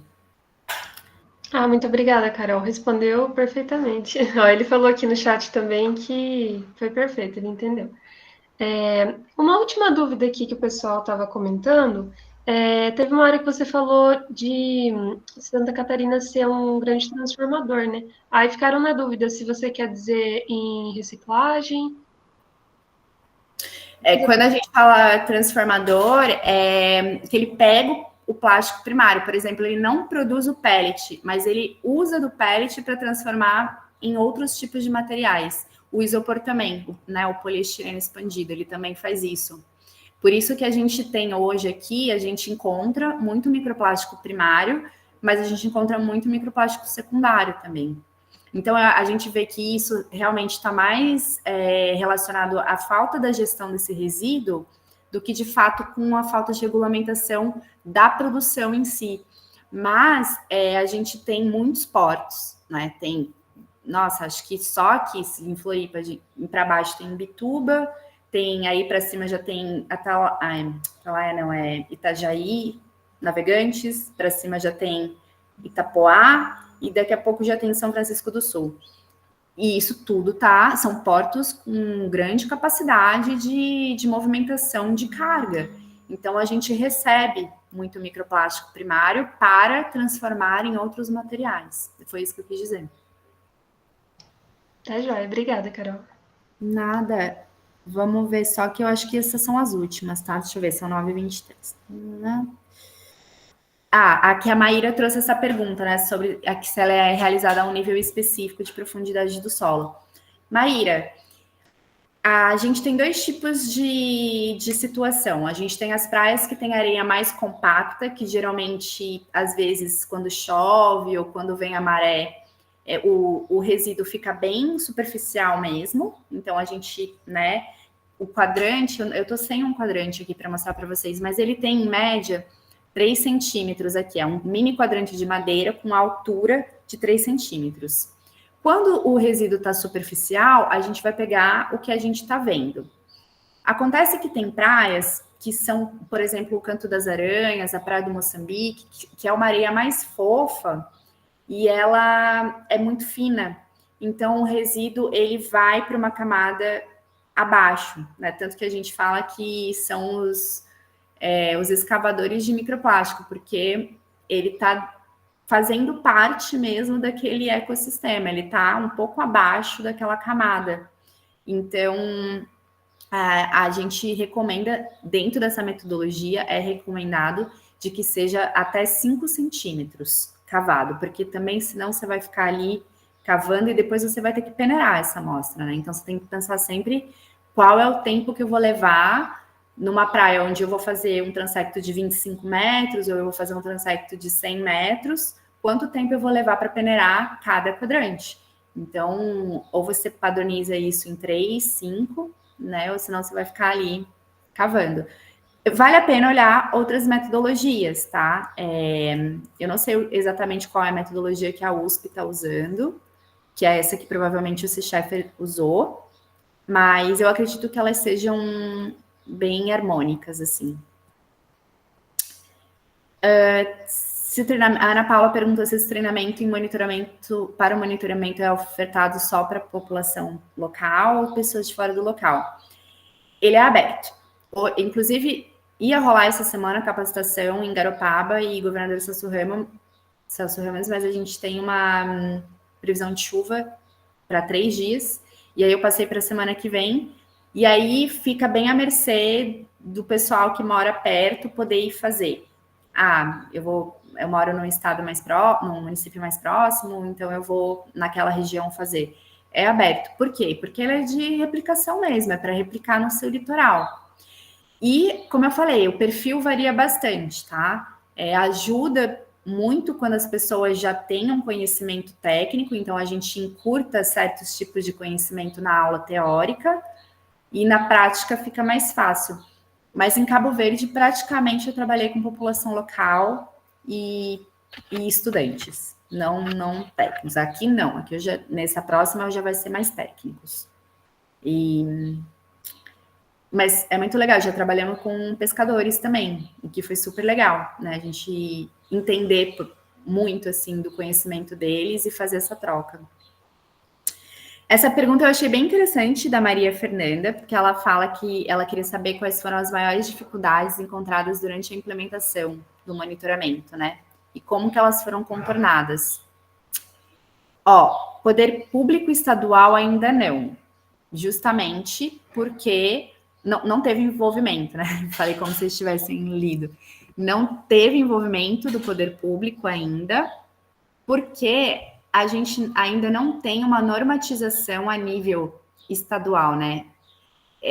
Essa normatização que a gente está esperando, que seja top-down, ela é um processo que vai acontecer, eu acredito, mas muito mais por conta do impacto na saúde humana e que a gente tá tendo, né? E que a gente ainda não conhece exatamente os efeitos de um plástico disruptor endócrino, por exemplo, numa população X, né? Que nem quando tem um acidente e aí a gente leva uns anos para perceber o nível de contaminação na população. A gente enxerga algumas coisas que não tinha antes, por exemplo, na geração passada. Nessa geração a gente está percebendo que tem, mas a gente não sabe qual que é o nível de impacto que a química, o aditivo do plástico tem ali naquela população. Então, eu acho que o poder público vai intervir mais nesse sentido, de fazer essa mudança top-down, né? Na legislação que eu digo, não é só o banimento da sacolinha plástica, mas é a formação de programas de logística reversa para as grandes indústrias, né, que são principalmente a indústria de alimento, que é o que, na verdade, é a indústria do package, né, que é o quê? É embalagem de alimento, que hoje não tem poder de lucro, né, não é rentável para uma recicladora uma embalagem de alimento. Ou plástico mole, né, também é muito complicado. A gente não tem ainda recursos e tecnologia suficiente para todo mundo poder reciclar isso. Então, eu acho que existem algumas frentes, algumas vertentes, que é quando o poder público estadual vai começar a intervir, e isso vai passar por instrumentos de mercado, fiscalização, incentivo fiscal. Eu acho que a gente vai começar a modificar mais ali. Mas existem normas, tipo de regulamentação da gramatura da sacolinha plástica, por exemplo, que já ajuda bastante. Então, uma das maiores dificuldades encontradas eu acho que é sempre assim a questão do recurso, tá? Porque para você implementar uma rede de monitoramento, as pessoas elas têm que ter acesso ao conhecimento, ao material, e tem que ser justo, né? Muitas vezes a gente tem protocolos que são aplicados de maneira voluntária, mas por um curto espaço de tempo. Então, você tem um monitoramento de curto prazo. E aí você sempre fica, né, em etapas para fazer. Então, eu acho que essa é a maior dificuldade. E também, assim, a rede que é formada, ela entender que ela tem autonomia para tomar decisões. Ainda tem uma situação da gente esperar muito que alguém diga para nós o que a gente tem que fazer, sendo que você já tem o conhecimento, você tem o know-how. É uma questão de você praticar aquilo, de você sentir que você está apto e tem a habilidade de tocar isso daí para frente. Então, eu vejo muito assim, às vezes uma falta de proatividade de algumas redes de colocar o trabalho para andar. Pode ser uma falta de orientação, né? Ou realmente é isso, uma necessidade de ser orientado melhor do que fazer. Mas que a conexão entre as redes, isso é uma outra coisa, porque a gente tem pontos muito distantes, né? Por exemplo, hoje a gente trabalha aqui em Santa Catarina, mas tem rede lá em Cabo Verde fazendo. Em Itamambuca tinha uma rede fazendo também, que é a região sudeste do litoral de São Paulo. Então, você vê, são redes que estão longe uma da outra, mas a gente tem uma liderança, uma coordenação que está tocando. Hoje eu não tenho voluntário, mas tem uma pessoa responsável por aquela rede ali. Então, eu acho que a dificuldade a gente encontra, mas a gente tem também, que é isso, né? As oportunidades. Que oportunidades que facilitaram o trabalho foi ter pelo menos uma pessoa responsável pela coordenação daquela rede naquele ponto. Gostaria de saber se a participação das cidadãs e dos cidadãos está focada na etapa de coletas de amostras, se vocês discutem os protocolos e resultados com os participantes. A Júlia trouxe essa pergunta. Sim, a gente discute os resultados, a gente valida os resultados em oficinas integrativas. Então, durante quando tem um piloto que vai ser implementado, e esse caso é o caso de Cabo Verde, a gente os primeiros encontros são só reuniões com as ONGs locais, para entender como eles trabalham, o que eles já encontraram de dificuldade, como que eles fizeram para se adaptar àquilo, o que eles tiveram que mudar. Aí, a gente vai ver, por exemplo, aqui no teu protocolo diz que você tem que fazer um transecto de 25 metros, mas assim, essa praia tem 2 quilômetros, ou essa praia tem 800 metros, por que a gente não faz assim? Então, a gente tenta adaptar sempre o desenho amostral da forma como é justificado pelos cidadãos e cidadãs. E depois a gente valida esses resultados com eles.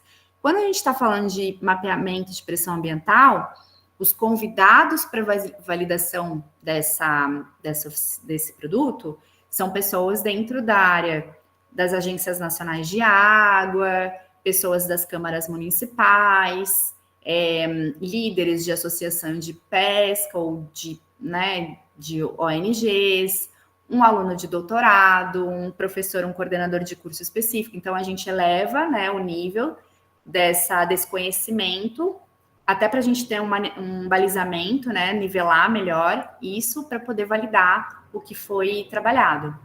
Mas isso é importantíssimo. Isso é uma etapa que em qualquer projeto que vai escrever, é uma palavra que existe para isso, que é o co-design. É co-desenhar o teu projeto com quem vai trabalhar junto com você.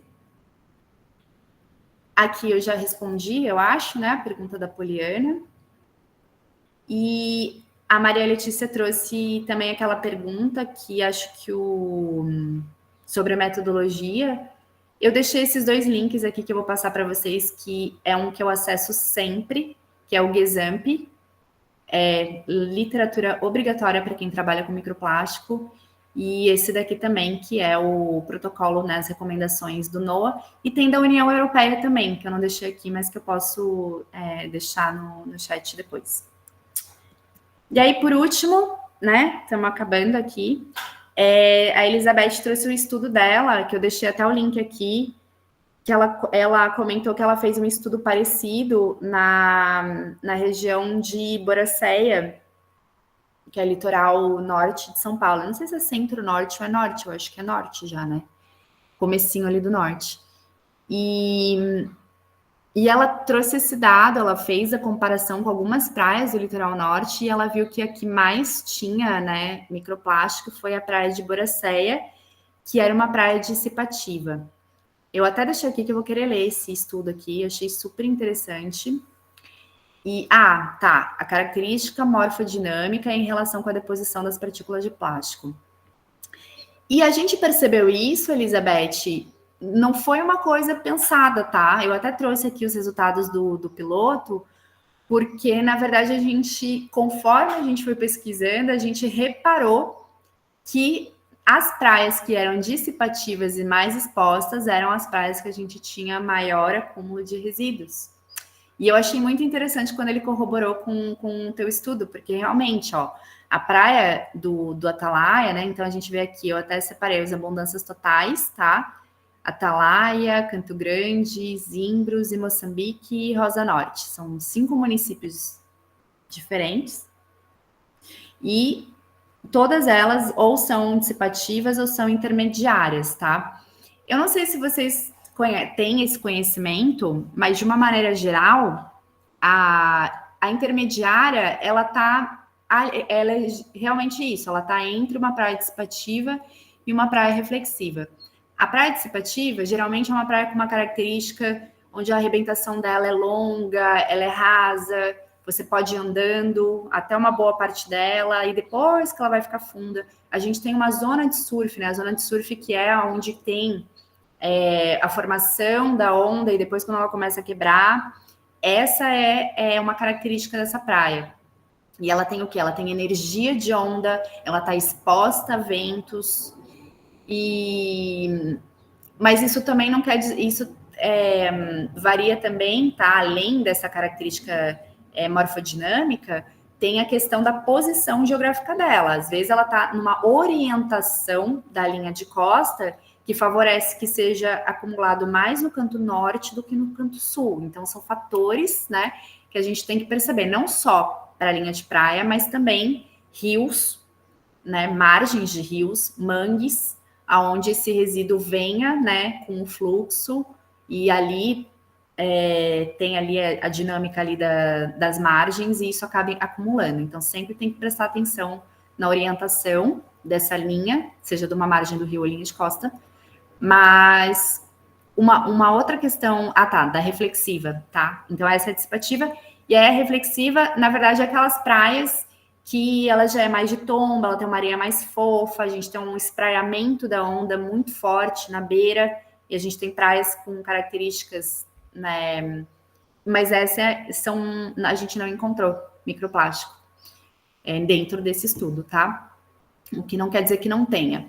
Uma das coisas que a gente encontrou no nosso estudo também, que eu não sei se eu cheguei a comentar no vídeo, é de que, apesar da gente ter encontrado essas duas, nessas praias que têm características semelhantes, nem sempre as praias que eram expostas, né, à energia da onda, como a Praia Brava, por exemplo, ela encontrou muito microplástico. Só que isso não quer dizer que ela não receba. Pelo contrário, a Praia Brava em Itajaí recebe bastante, porque ela está muito exposta ao vento, né? Uma praia que nem o Moçambique, ela é uma praia grande, que recebe tanto influência de ondulações de quadrantes distintos e de ventos distintos também. Porém, justamente por isso é que ela tem uma variação, uma oscilação de fatores, seja de maré ou de grandes ondulações que lavam a praia e que traz esse resíduo de volta para a água. Tem uma pergunta, inclusive, que alguém fez sobre a questão da filtração da água. A água do mar a gente filtra ela como se fosse um voal, assim, a gente coloca um voal em cima da peneira, né, dentro da peneira, aquele tecidinho para filtrar suco mesmo, e aí coloca a água do mar ali. A gente tem que filtrar a água do mar para poder filtrar a amostragem. Nossa, eu tô sentindo assim que eu falei muito. Vocês conseguiram entender tudo que eu falei? Tá super bem explicado, Carol, tá ótimo. Nossa, às vezes eu tenho a impressão, assim, de que a gente vai falando, não tô vendo a cara de ninguém, acho que eu tô falando sozinha. Mas tá muito bom. Obrigada. Eu, professora, sou Elizabeth. Eu ia falar para você, uma forma de peneirar que seja mais rápida é secar a areia. Né? Depois, ao invés de usar a água do mar, deixa lá no sol a areia, que aí na hora de peneirar ela vai muito mais rápido. Né? Então, usar a areia seca ajuda muito, muito mesmo. No sentido que tu diz não transportar ela para um outro ambiente. Vai fazendo ali, deixa ela no ambiente secando. Boa, vou testar. Vou testar porque a gente... muito, porque dá muito trabalho filtrar água, pegar água, é pesado, tudo. Então, se você deixar ali, você deixa o voal por cima para proteger, né, para não contaminar com o que está ventando, aí você peneira ela ali mesmo para não... Acho que reduz o trabalho. Justamente. É importante, porque a gente, às vezes, né, no trabalho de campo é isso, às vezes está ventando. E aí, se a areia é muito fina, você está pegando a areia, o vento está levando tua amostra embora. Então, tem algumas técnicas, assim, né, de tu se posicionar de costas para o vento. Então, e aí, quando vê, você já está 1h e 15 ali, e você tem mais 2 pontos para monitorar e você ainda está ali. Então, realmente, esses toques, assim, fazem bastante diferença. Vou anotar. Não esqueça. Era só eu e meu marido, e uma peneira, e um sonho. Por isso que a gente não tinha muito jeito, a gente tinha que adaptar como ia fazer. Porque em 2 pessoas é muito difícil, né? Então, por isso esse artigo ele foi preliminar. A gente fez em 4 praias, nos mesmos dias.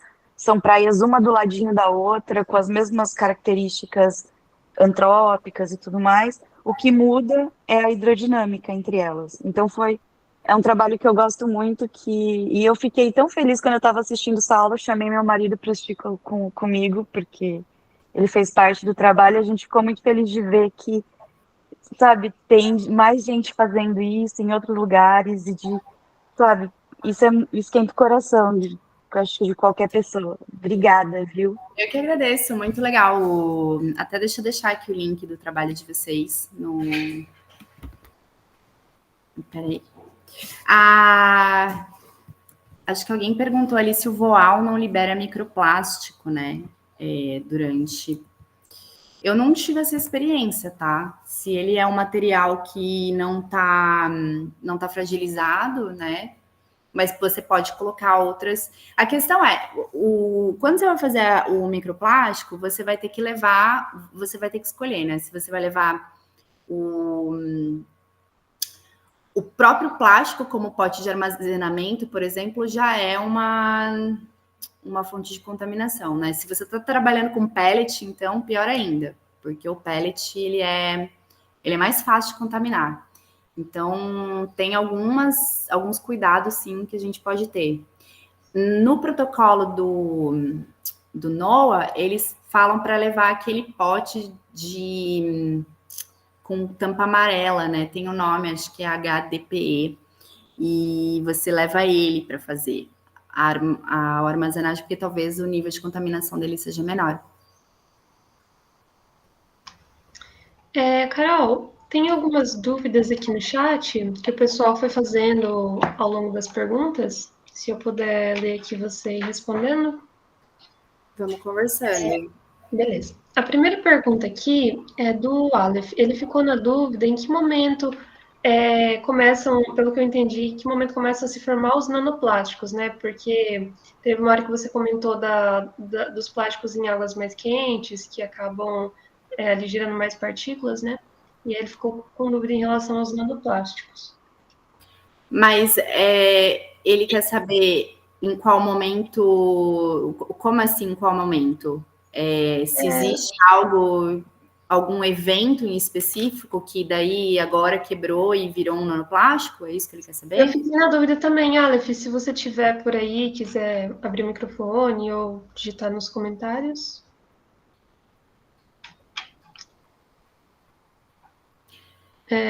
A gente pode esperar um pouquinho, ver se ele se manifesta. Tem algumas outras perguntas aí, depois a gente pode voltar para essa. Então, o Luiz Felipe, ele perguntou se você conhece o projeto Ser Humano em Garopaba.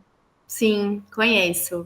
Inclusive, dia 12 vai ter um evento da Tati Weston Webb e do GCE, que são com ele. Esse projeto é um projeto que trabalha, assim, ele é um projeto social que trabalha principalmente com crianças, né, e, enfim, com a comunidade.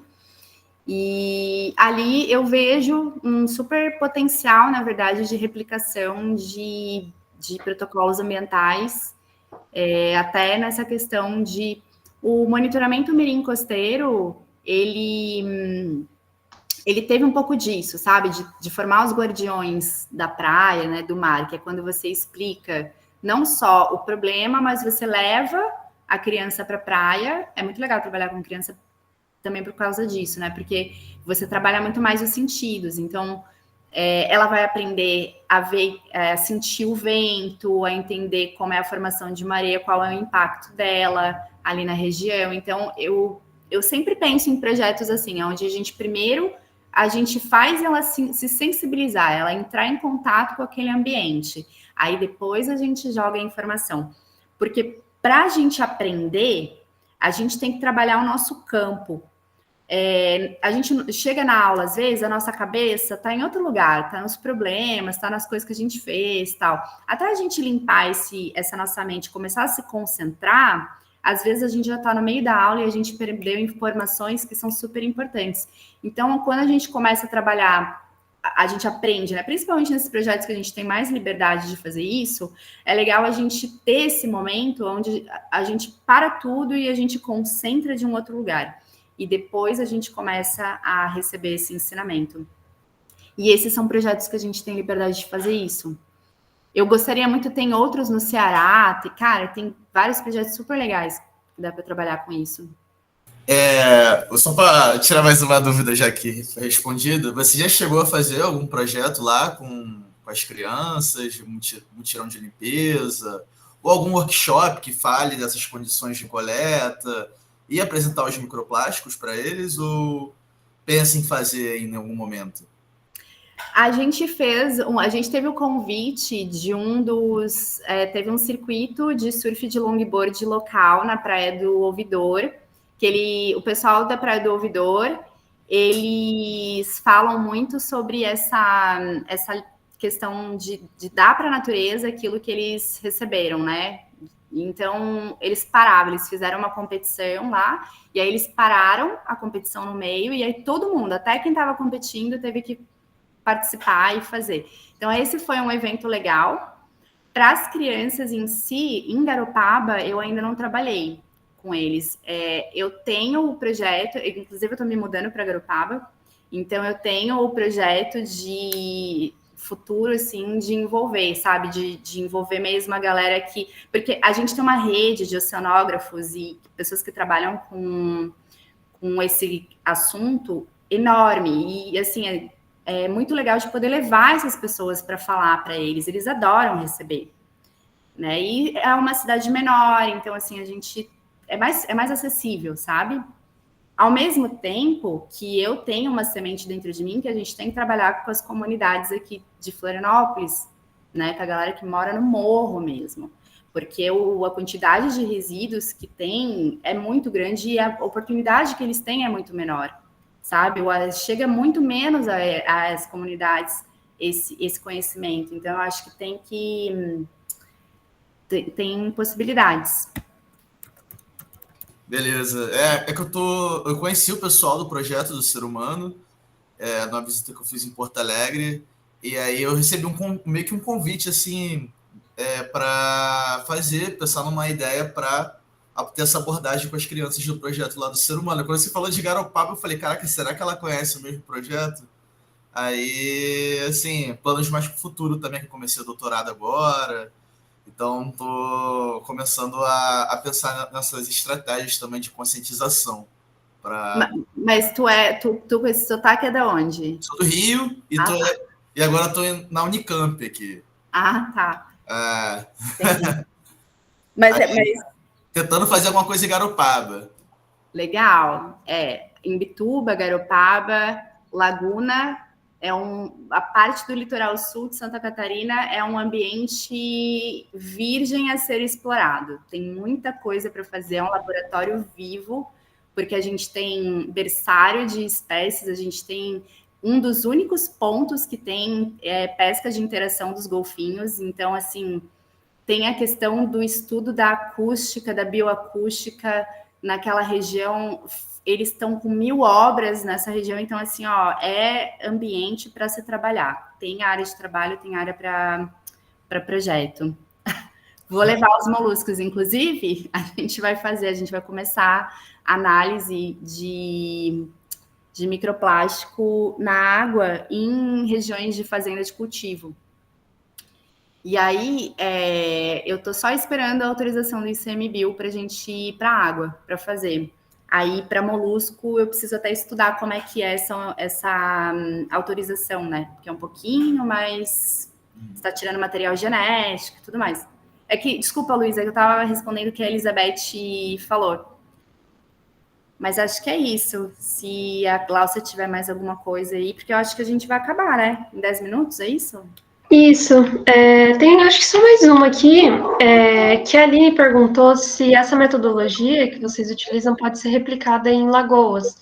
Ela falou que na região onde ela está, né, na região metropolitana de BH, tem muitas lagoas cársticas que se comunicam com águas subterrâneas e rios. Mas ela gostaria de trabalhar na água ou nas prainhas que formam? Foi o que eu entendi. Você quer se manifestar, Aline? Entrar em mais detalhes? Se for na... Ela tá falando, não? Não. Se for na faixa de areia, porque essa metodologia em si é de faixa de areia, né? É sedimento arenoso. Se for na água, eu acho que a gente... Por exemplo, ela varia muito do que ela quer saber, porque se ela quiser trabalhar com vertical, coluna d'água, ela tem que pensar em equipamentos e formas como ela vai conseguir pegar essas amostras, né? Então, às vezes tem que ter aquelas armadilhas para poder fazer a coleta dentro da lagoa. Se ela vai fazer subsuperficial, ela pode usar uma rede manta ou uma Neuston. Tem todo um método de você trabalhar com isso, não é tão simples, mas não é super complicado. A única questão que pega a maior parte dos pesquisadores é que a gente precisa de fluxômetro. E o fluxômetro é um material caro, você tem que saber amarrar ele na rede, porque se você perder um fluxômetro emprestado de algum laboratório, olha, você vai ter que... Eu não sei que você vai ter que vender para comprar outro, mas assim, é muito caro. E então, muitas vezes, a gente não consegue. Aí, o que a gente tem que fazer? A gente tem que aprender a estimar o volume, né? Então, tem toda uma... Ela tem que pensar bem se ela quiser trabalhar com lagoa, tá? Pode falar. Eu ia falar sobre o fluxômetro, que eu estou para publicar um artigo comparando o fluxômetro e o geotracker, que seria uma alternativa para quem não tem um fluxômetro. Olha só, o geotracker é um software de celular. E aí só que ele não é perfeito. Assim, eu fiz muita coleta com barco e o geotracker ele funciona como um geolocalizador. E eu fui comparando o volume que eu coletava, calculando usando um fluxômetro e o geotracker. Tem umas diferenças, assim, né? É claro, o fluxômetro é um instrumento para isso, é um equipamento já calibrado já para essa finalidade. Mas é o que você falou, eu te pegava o fluxômetro emprestado com os outros, de outro laboratório, e ficava com medo de perder também. E, assim, o geotracker poderia ser uma alternativa.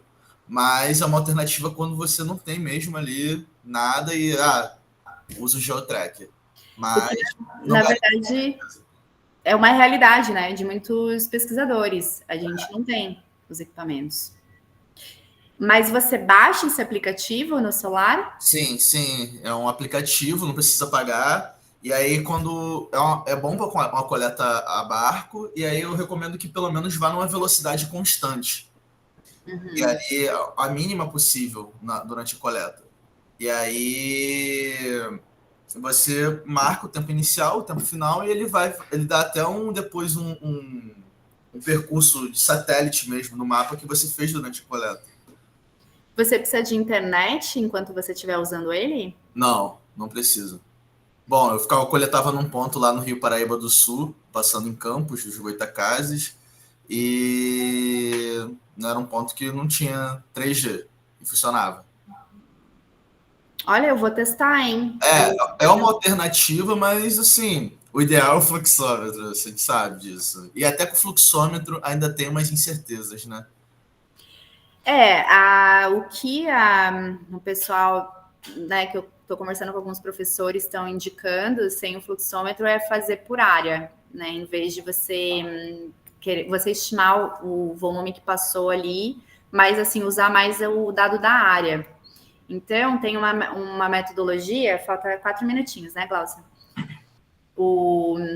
Da Juliana, que ela usou, que eu achei muito interessante, onde ela faz o transecto, né, nessa área que ela quer saber, mas ela faz por metros. Então, ela vai, tipo, do 0 aos 100 metros, depois ela faz o segundo ponto do 100 ao 500 metros, e depois do 500 ao 1000.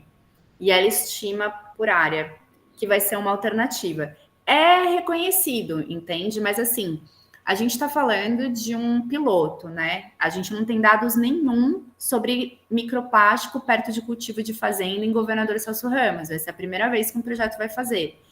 Então, com o tempo, né, a ideia é a gente realmente conseguir. Agora, a gente vai conseguir adquirir uma rede. Daqui a pouco, mais para frente, a gente consegue adquirir um fluxômetro, ou até um correntógrafo, né? Que também ajudaria pra caramba a gente conseguir. Mas eu vou testar isso daí, hein? Vou baixar agora. Pode testar. E aí, assim... Qualquer coisa eu vou jogar na sua. Eu vou falar, quem falou para usar foi o... Calma. Eu falei, ele não é perfeito. É um acessório que a gente tem, né? Para quando não tem um fluxômetro. Eu coletava há muitos anos geotrack. Depois que consegui um fluxômetro emprestado, aí funcionou. Mas, se eu não me engano, a Glaucia também está no mesmo projeto que o meu, do NCTA. Tem um professor de Brasília, o Sodré, da UNB, que ele estava desenvolvendo um fluxômetro digital, tá lá num protótipo e tal, já naquele mesmo formato do Lunus, que é o fluxômetro clássico que a gente conhece, E aí eu não sei como é que tá lá o andar, mas a proposta era para ser algo mais barato, né? Porque um fluxômetro acho que é R$10 mil, uma história assim. É o mais barato, R$10.000. A gente sabe porque a gente foi para o Coloquimar, eu não sei se alguém esteve no Coloquimar daqui, e a gente visitou alguns estandes que tinha para vender, e assim, até um mais barato. E assim, é um equipamento que, para quem faz pesquisa na água, tem que ter, sabe? Para quem vai trabalhar com lagoa, para quem trabalha né, em pontos que ambientes lênticos ou não, a gente tem que ter, porque é um dado que ele é preciso, né? Então, assim, realmente é o tipo de coisa. Uma das perguntas até eu acho que era da Maria Fernanda, não sei se é ela que trabalha no estado de São Paulo, é um dos motivos que às vezes a gente tem dificuldade de coletar. A gente até tentou entrar numa das APAs aí, que a gente chegou a conversar com a APA que desenvolve o pagamento por serviço ambiental dos pescadores, na Ilha Anchieta, em Ubatuba também, o pessoal da Ilha Anchieta chegou a fazer um monitoramento, a capacitação, quando rolou em Ubatuba, para eles poderem desenvolver na ilha, né? Só que acaba faltando, às vezes, isso, né? Tu ter ali um recurso para adquirir equipamento. Mas é isso, gente. Nossa, eu tô bem feliz, assim, de compartilhar com vocês, de ver bastante gente. E para o André também deixar aqui, tá, André? Falta um minutinho aqui. Eu não tenho nada contra o Sea Shepherd, tá? Eu acho muito legal o trabalho. Tenho amigos que trabalham no Sea Shepherd, mas realmente foi um caso pontual que rolou aqui no Sul, tá? E vamos destrinchar e ver se a gente consegue reverter isso. Eu acho que não é nem questão de reverter, mas é esclarecer, né? Porque se em algum momento tem, de fato, poluição, acho que é bom até falar para os pessoal se ligar ali, né? Mas, ao mesmo tempo, se tem um rigor científico que a gente possa melhorar, por que não? Né? Então, meu contato está aí, fica à vontade. Enfim, e obrigado pela aula. Obrigada, gente. Carol, muito obrigada, viu? Foi uma honra ter você aqui hoje, compartilhar toda essa experiência aí da ONG e esses trabalhos que você desenvolve, né, de monitoramento, educação ambiental. Foi uma honra mesmo. Foram ótimas suas aulas, tanto assíncrona quanto assíncrona. Muito obrigada mesmo, viu? Foi muito especial. Boa pesquisa aí. Bom dia para todo mundo. Oi, bom André. dia, pessoal. Muito obrigada pela... Não, era só o joinha. Tchau. Tchau. Muito obrigada. Até mais.